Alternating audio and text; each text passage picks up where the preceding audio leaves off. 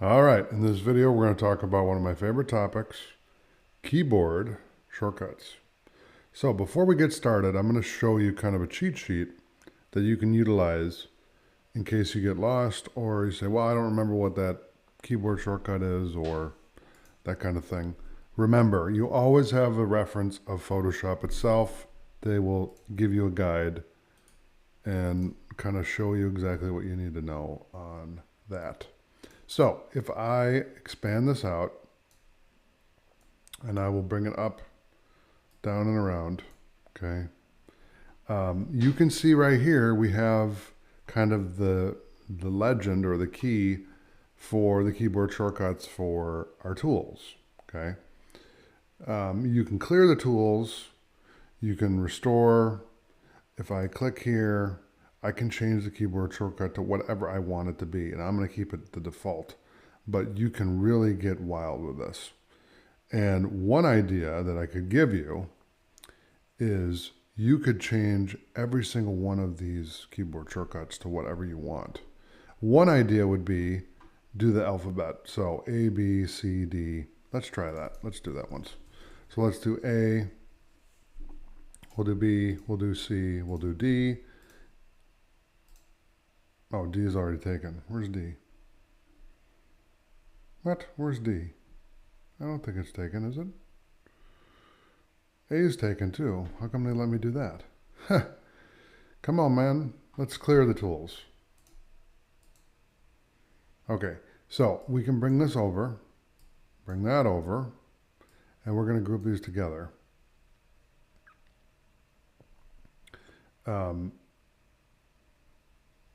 And then we have the marquee tool. And you can make them separate. So you can completely customize this. And we learned about the tools in the previous video, but in this video, we can really go even a step further and customize this to whatever we want it to be. Okay, so let's say that we use the move tool all the time, but I don't use the artboard tool. I use the marquee tool and the elliptical tool, right? So we can make this B and this C. We can bring the lasso tool in here, the lasso tool, yeah.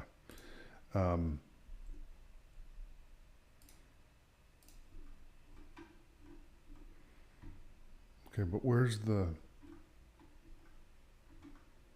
Okay, how about we do numbers then? Okay, I don't think those are taken. Okay, I can't.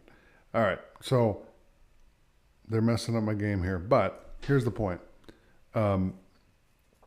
My point is you can use a custom set like this, and we can go through here and kind of make it easy. So A, B, C, D, and we'll do E, and then I'll do F, G, and then H. Okay, so we'll look at this first, and then so I'll do A, B, C, E, G, H. This is going to mess me all up because I'm used to the default. I'm used to the default tools, so that messes me up. But wow, ha ha ha, that's hilarious. I have to laugh. That is crazy cool and ridiculous at the same time. Okay, so now that that experiment's over, I'm going to clear the tools and we're going to restore to defaults. Okay, and we'll talk about kind of the main keyboard shortcuts. Okay, and I'll leave this over as a cheat sheet over here, and let me restore the defaults. I'll leave this over here so I can see the cheat sheet, right? Of course I can't see it because they won't allow me to do that. I can't cheat. So we're going to focus on the move tool. We'll talk about the rectangle tool, the lasso tool, the crop tool, the brush tool, the eraser tool. Like these are the ones I know without any effort at all. Let me just see if I can get my tools back. Okay. I thought I brought them back, but maybe not. Okay, so if I hit V, that gives me that. If I hit M, See, I'm all messed up now because I'm used to doing V, M, L, eyedropper is I, brush is B, eraser is E. The paint bucket, which is a weird one, is G. The type tool is T.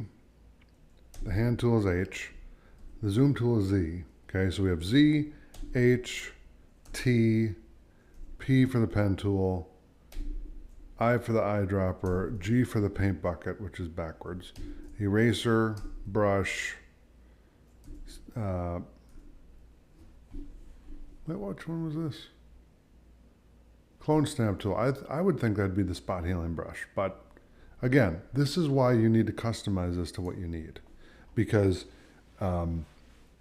if you just base it on the defaults, which I've been doing that for 20 years, so I kind of like the defaults, but if you want to be a little more customizable than that, by all means, go for it. Okay, now the other keyboard shortcuts are the menus. Okay, and again, I grazed over this, but you can always go to the keyboard shortcuts and, not that one, but this one, click on the three dots here, right click on it, edit the toolbar, and these are all your tools right here for the toolbar. Okay, so that's kind of your reference guide for that. Now for the menus, if I click here, I have all the keyboard shortcuts. Actually, I don't have any because I'm not in the right menu. Hold on.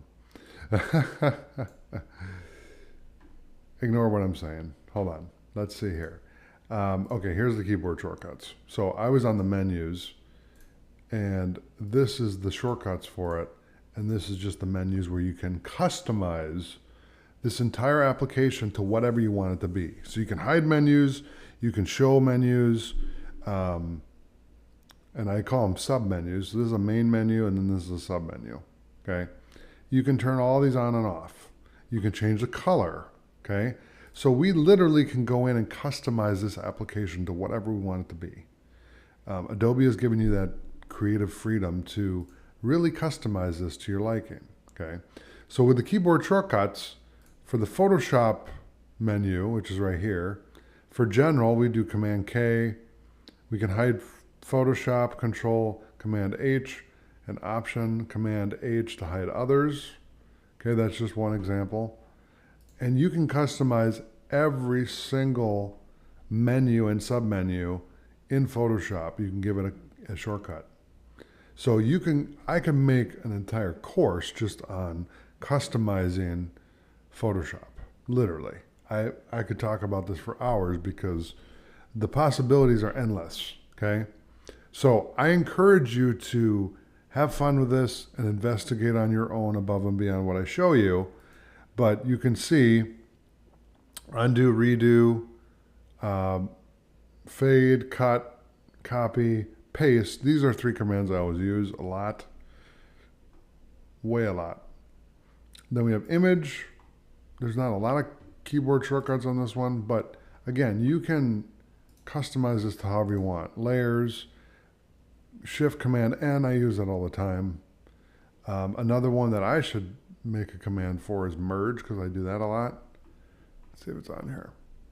There's so many menus in this one menu. There's like a gazillion submenus.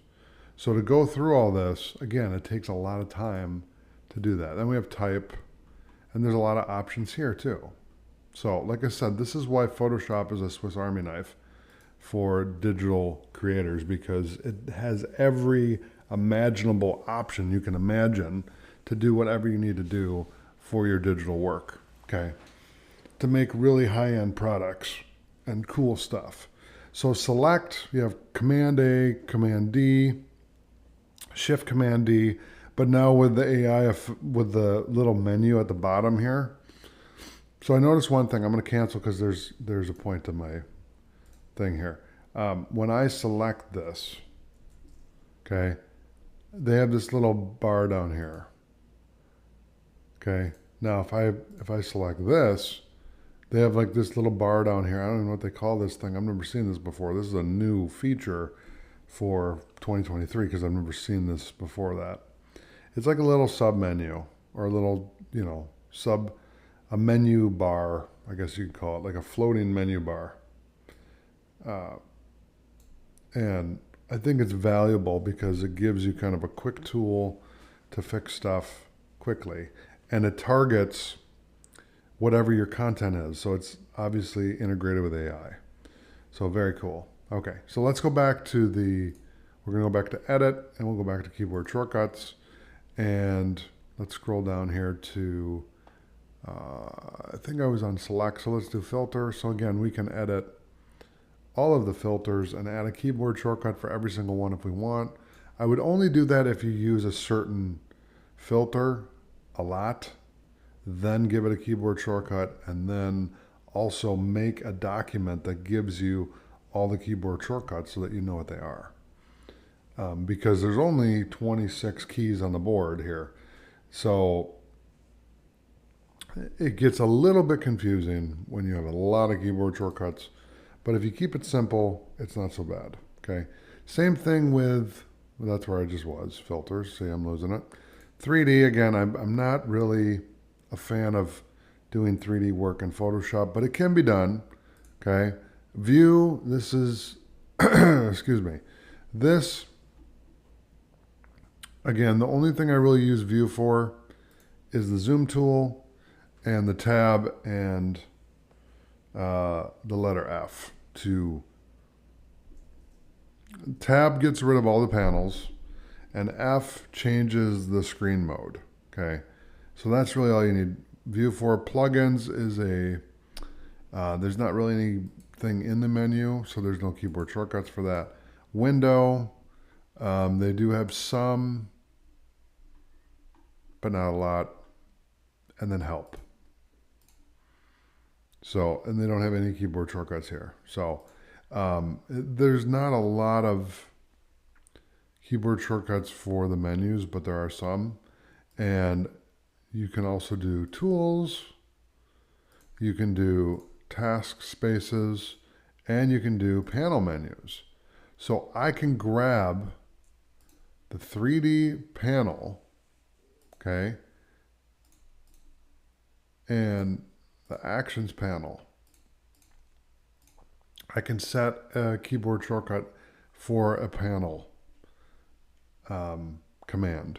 So if I really wanted to get into this beyond anything that you could ever imagine, which I'm not going to do, I'm about to wrap this up, but I'll say this. If you really wanted to get into it, you could go into the actions panel as an example and set keyboard shortcuts for, oh, excuse me, oh, stop, I'm yawning, sorry, pardon my yawn. You could literally create a keyboard shortcut for all of the different commands that you do inside of the actions panel, and then make a document of some sort that documents what those keyboard shortcuts are so that you can utilize those keyboard shortcuts for that panel. Okay. So like I said, the options are endless for keyboard shortcuts. What I stick to for the most part is the default keyboard shortcuts because I just kind of use what they had. But this really gives you an opportunity to go above and beyond that. So if you want to expand outside of the default keyboard shortcuts, by all means, do that. And one last thing I'll show you, which is really cool, is you can change the color. So for example, the menu, right? Let's look at file. So for new, I can change this to blue. Okay, if I hit OK, I go up here and I hit file. Now it's blue, so it's highlighted a different color, so it's easy to find. Okay, I think that's really cool because it gives you the ability to customize your experience. So it's different than what I have on mine, but our experiences are different. You know, you may like pink. They don't have pink. You may like violet. Okay, so I got a violet menu. Okay. I think that looks great on gray too, and it pops. So it's easier to find and it's easier to read the keyboard shortcut. So again, if that works for you, go for it. Okay, by all stretch of the imagination, go for it. Have fun. I hope you enjoyed this section, which was the keyboard shortcuts. Thanks for watching. Take care, and I'll see you in the next video.